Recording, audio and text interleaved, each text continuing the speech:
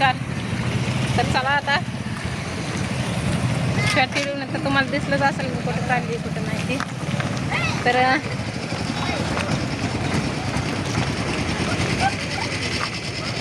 अचानकच आली बघा मी इकडं दादाला घेऊन.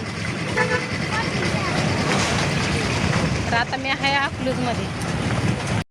आता आली कपडे बिपडे घेऊन. त्याला असे ड्रेस घेतला. जाऊ द्या तेव्हा तरी आपल्या हाऊस आहे का नाही. रोज टी शर्ट त्याच्यामुळं गेला बघा तिकडं. आणि आपल्या तायडाला पण खायला प्यायला घेतलंय. तिला हे आवडतं तसलं काय म्हणते ते काय मला येत नाही नाव. तर मला नक्की कमेंटमध्ये सांगा. ते आपला आंबा घेतलायचा आहे आणि कडक आंबा आहे ते तसं हे नाही का.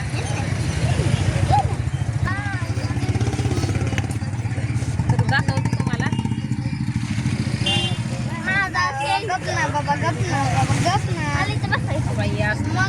आपल्याला काय अडाणी असल्यामुळं आपल्याला काय नाव येत नाही तर नक्की मला कमेंट करून सांगा.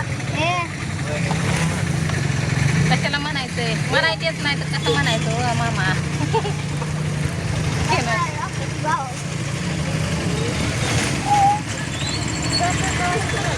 हा आता हालाल की आता ते ड्रायव्हर तिथं आहेत.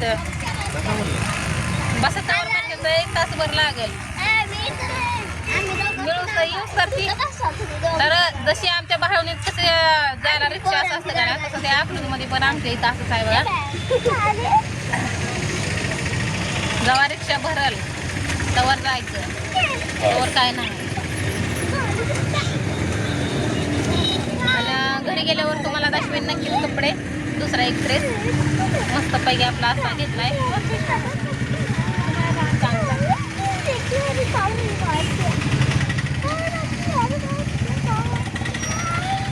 तर आबाळ जे आलंय म्हटला तर गच भरलंय आबाळ. पावसानं आम्हाला गाठून माहीत झालं. तासभर झालं बघा. आता तास होऊन गेला तरी इथं अजून काय हल्ले नाही. आणि इथं रिक्षा येते काय ते इष्ट येते. मग इष्टीत नसं येतात येते मग बसायचं त्या पाऊस आहे का. सगळं पाऊस आहे. ऊन पडलंय अजून. आबाळ तर कुठंच काय.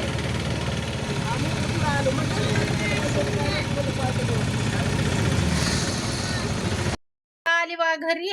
सकाळी मला त्यांच्या बरोबर सोडलं होतं. मी तुम्हाला काय सांगितलं नाही मी जाणार आहे आणि येणार आहे काय म्हणून तसलं. तर आता आली हो का. ह्याने आल्याला लिंबू तोडलं आणि सोलत बसून काय ते खायला लागलाय. भुका लागले ते त्याच्यामुळं काय मला सुधर नाही बोलायचं काय नाही. तर आई बी आता चालली रानात ना. तिला पण फोन केला मी तर तवा आले. तवा अजून पाणीच पितीये आहे का ना. हा तर ती पण आजारी पडली. ताई पण आजारी पडली. आणि तुमच्या सगळ्याच्या कमेंटमुळं म्हणलं आता येऊया यावंच म्हणलं. बर बाया त्यात आई पण आजारी पडली आहे. तर म्हणलं अजून आपल्याला तसा विचार केला तर अजून 18 दिवस आपल्याला तिथं राहायचंय. त्याच्यामुळे म्हणलं इथे शाळा काय बुडवायला नको. कसं का असं ना आपल्या शाळेत घालवून यावं असं अशा विचारानं परत अजून आले बा. आणि तिथं काय दम खाय नाही तर त्याला हाय मोकळी हवा खायची सवय. त्याच्यामुळं आली पडदेस नाही घेऊन. आणि केला तुम्ही म्हणताल की चालत गेले का काय पोरग घेऊन. तर चालत बिलत काय मी आली नाही. रिक्षावाल्याला ओळखीच निघलं त्यामुळं 100 घ्यायचं तिथं 50 रुपये घेतलं आणि दिलं 50 रुपये इथपर्यंत येऊस तर आणि आले. बाकीचं काय नाही मला. मग तर आता आईला म्हणते ही दादा ताईला आणलंय मी तुला पण घे चिरा कशानंतर ऐकून चिरून घे. आईला पण दे. आईला पण हे झाले एक फोडा आणि परत ताई ती शाळेत आल्यावर होईल हाय का नाही काय. तर मी कुणाला फोन बिन काय केला नव्हता काय नव्हता की मी येणार आहे जाणार आहे मी पोराला सोडणार आहे असं काही विचार सुद्धा केला नव्हता मी. पण अचानकच आले. ज्या वेळेस मी जवळजवळ आल्यावर भावाला फोन केला की ये म्हणलं न्यायला मला मी आली इथं. तर ते म्हणला मी काय आता रानात आलो आहे त्याच्यामुळं मला काही यायला जमणार नाही. मग मी तसा विचार केला की म्हणलं आता रिक्षानं जावं, रिक्षाने यावं त्यासाठी. तर माझं मन लागत नाही दोन्ही पण लेकरं आजारी असल्यावर, मोठा असं नाही तर बारका असं. मग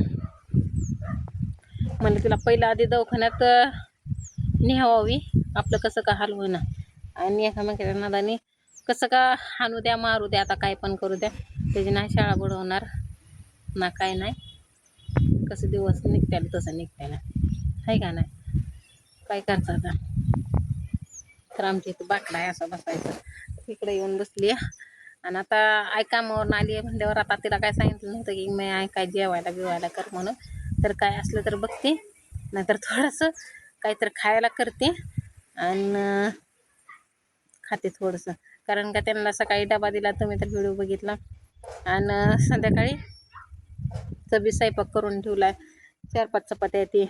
मग ती शिल्लक राहिले तरी सकाळ उद्या तर मी जातेच उद्या इथनं डबा घेऊन 11 वाजेपर्यंत. 11 कवा म्हणजे तर बघा सकाळी निघलेली, गाड्या घावण्यावर पण असते. गाड्या घावल्या तर मी 4 तासात जाते इथनं, आणि नाहीच गाड्या घावल्या तर मग मला 5-6 तास पण लागते. सकाळी मी 9 वाजता घराच्या बाहेर निघलेली, ते आता मी इथं 3:30 वाजता पोचले बघा. लय अवघड आहे माझं एक. मग ह्यांना पण नाही ते नेला, मग मला म्हणलं ताईला न्यायचं काहीतरी खायला. मग तिला तसलं ते ट्राईंग टू काय मला म्हणायचं येत नाही बरं का, ते एक आणलं. आणि ते बाकीचं काय खात नाही, तिला आवडत नाही. आणि एकतर सर्दी ती कप झाली तर त्याच्यामुळं तर केळं ती तर, आणि इथं तर रानात जाते ते सगळे, त्याच्यामुळं केळी आपल्यात लय आहे म्हणजे आईच्या इथं. परत पेरूच्या बागेत जाते ते का, तर पेरू पण लय आहे, तर डाळिंब आहे. तर म्हणजे इकडं सगळ्याच म्हणजे असं सगळं भेटतं या. आणि खेडगाव म्हणलं तर तुम्हाला माहीत आहे सगळं असं असतं या.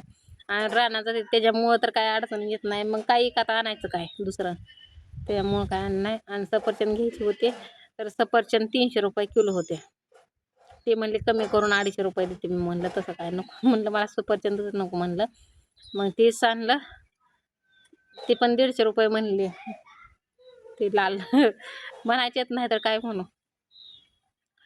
ते 150 रुपयाचं किलो होतं, तर ते 1 किलो आणलं. आणि आंबा आणला 1.5 किलो. तर बघू आता आंबा कसं निघते कसं नाही ते. चला आता बाय.